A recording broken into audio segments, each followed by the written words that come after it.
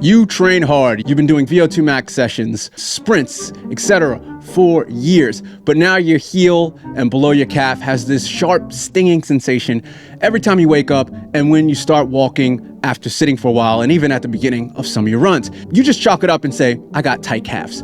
Until one day, boom, feels like something got strained and kind of like punched you in the bottom of your calf, and it's hard to push off normally when you run. Here's what's happening with your Achilles issues and why it's not going away and how to finally fix it for good. In this episode, you're going to find out the difference between certain Achilles injuries and how you need to rehab each one differently, the exact rehab protocol a pro running physical therapist uses for myself and other elite runners, why some exercises make it worse and what to do instead, and how to avoid getting sidelined even if you're running 100K, 60, 70 mile weeks. I'll be joined for all the science-backed stuff by Sam Shearman, pro running physiotherapist here in Sydney, Australia, and founder of 10 Weeks to Strength running app. I'm Darren D. Lake, sub 3 hour marathon, a 10-hour Ironman finisher, run coach, and human guinea pig of the last 30 years, trying to figure out how to get 1% better each day and tell all the self-coach runners of the world out there how to do it. Let's get into the episode.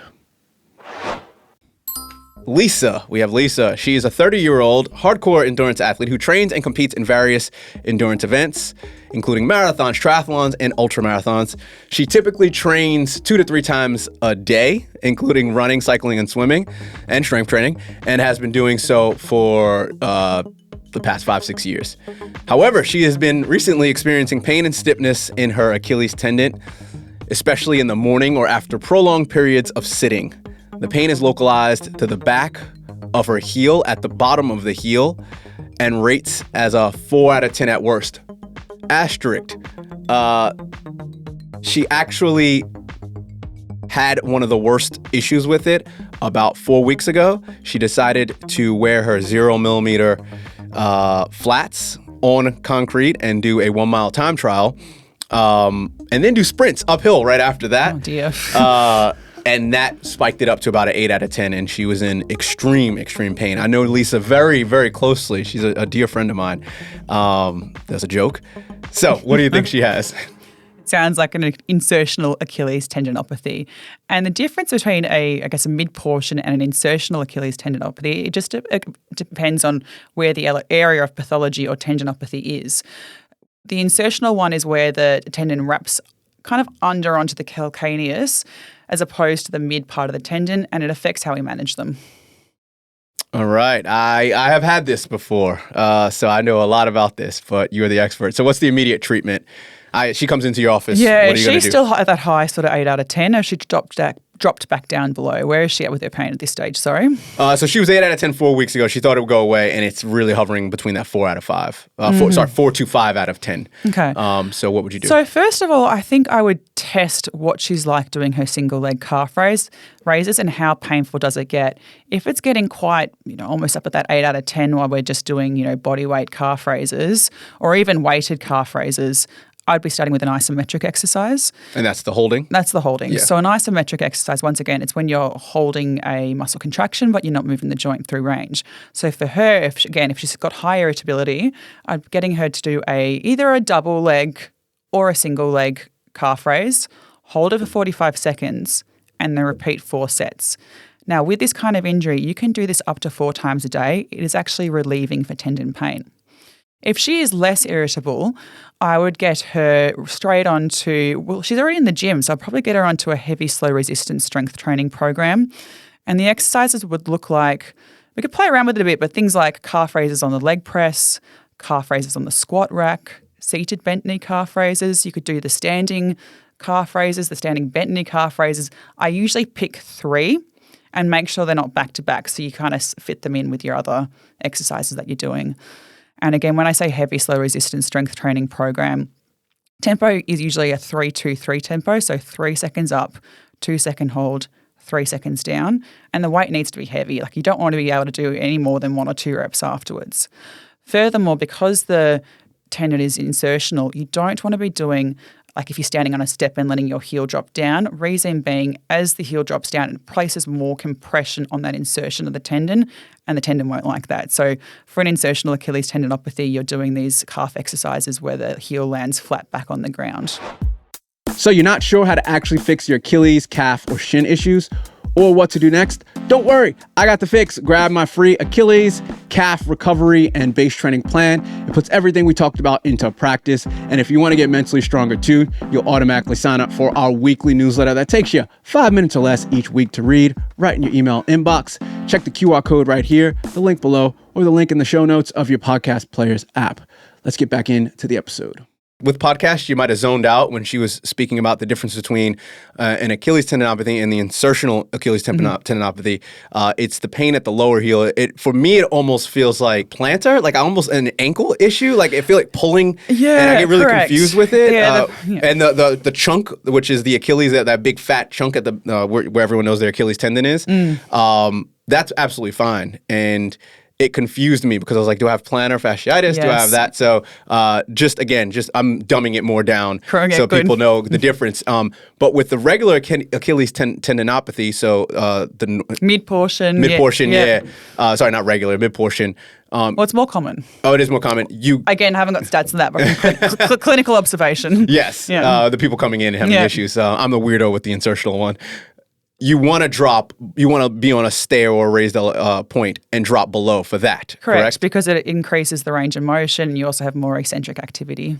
Got you. Yeah. And eccentric is the muscle lengthening phase of a movement. Which is the downwards phase. Down for this exercise, yes. And concentric is going up. Correct. We'll talk about that actually in the episode either before or after this. We talk about the difference between concentric, eccentric, and isometric. Because I'm sure you've heard that, but you may be like, what the hell's the difference? Mm-hmm. And I've got some cool ways of remembering that, but I digress from that. So she's somewhat healed. Mm-hmm. Kind of never goes away because the Achilles tendon is deteriorating as she gets older, aka me. And it's always kind of there. It's tolerable. It's always a 1 out of 2. Sometimes you get 1, sometimes you get 3. What would the follow-up be over the next 1 or 2 years? Even we've gotten it tamed. She can increase her load, which is volume and intensity. Yeah. She's now running 100 Ks a week or whatever she's doing, smashing herself.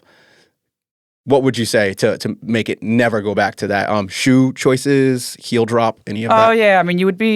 I still like runners to vary, provide variation in what shoes they're wearing. But if it's, again, more irritable, you do want to have a higher heel. Whereas if you're constantly running in a flatter heel drop, it's going to place more stress on the tendon. So I think if you're wanting to protect longevity is obviously have a shoe with a bit more of a stack, but be mindful if you're going to make any rapid changes from one to another. Hopefully by this stage, the athletes had a bit of education on how to manage these things when they tend to pop up, because sometimes they pop up, go away, and then pop up again, and you need to be really well aware with what you're doing in your training. Obviously, the strength stuff needs to be consistent. It needs to be, especially with a painful tendinopathy, 3 times a week. And then other things I recommend, and this is a little bit... Again, it's going to be no fix, but it may be an adjunct to what you're doing. But there's a bit of evidence coming out around collagen supplementation, and particularly with Achilles tendinopathy.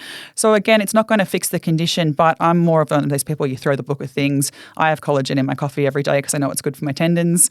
But there's stuff coming out is exciting. So here's an example. They had one group that did the strength training program where one group didn't...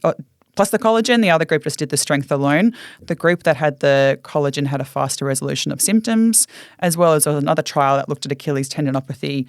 One group took Voltaren, which again is an anti-inflammatory. The other group took collagen, and the group that took collagen, again, had a faster reduction in pain levels. So I think that's kind of interesting in that context. But really, when it's becoming more of a managing condition, it's about listening to symptoms when they pop up, modifying your training, not stopping completely unless it's too painful, keeping up the strength work. And yeah. Awesome. All right. I'm going to end it with my take on it, because this is actually an injury that I know very, very well. I'm not going to say I'm an expert on treating it, but I know how to treat myself. I managed it with strength training, collagen supplement, and the heel drop in the shoe. I actually went as high as 12 millimeter, which I thought was gross, and it felt like I was wearing high heels. But luckily, Millie and Trent at Yes. Balmain Sports and Sigrid. They're all fantastic. Yes, Yeah. yes. And I ended up being able to test out these different, 8 millimeters. So I got away from 0. I don't think I'm ever going to really touch 0 ever again, except for walking around. 4 millimeter is like my usual hangout shoe, run easy shoe. 8 millimeter is my normal shoe. And then I was messing around with 12 millimeters. I actually have 12 millimeter again, and that's the heel drop. And most runners should know what the heel drop is. You can explain what the heel drop is, or you can Google it. I'll have you explain in a second. And cycling between, so if I really felt a lot of pain, I didn't just stay in my 12 millimeter. 8 millimeter for a lot of the fast runs and the longer runs. And then, again, like I said, I dropped down to 4, so I'd be cycling between the 3, and that works very well for me. With Achilles tendinopathy, again, it can be one that can stick around for a little bit and frustrate runners, or it may go away and then come back again. If it has been that real chronic, around for a long time, it's often that area of tendon that has the tendinopathy. It's never quite going to get back to where it was. I don't want to alarm people with that, but basically you want to get the rest of the tendon as strong as it can be. Lots of people have tendinopathy in their bodies and they don't even know about it, and that's what we're aiming to do, is get the rest of the tendon as strong and as healthy as it can be, so it becomes one very good functioning unit. Again, if you're dealing with any Achilles, calf, or shin issues right now and you want to fix it, hit the QR code right here to get the free download, which is a recovery plan plus base training program. But here's the thing about Achilles issues. It's really just a symptom of a bigger problem, a weak foundation. If you had Achilles pain, it's a warning sign that you need proper strength training specifically designed for runners. So me and Sam created an entire episode breaking down why these specific exercises, there's 5 of them, can prevent not just Achilles pain, but also shin splints, runner's knee, IT band issues, and other common running injuries. Click the link here or link below in the description or in the show notes of your podcast player's app if you're listening. Peace.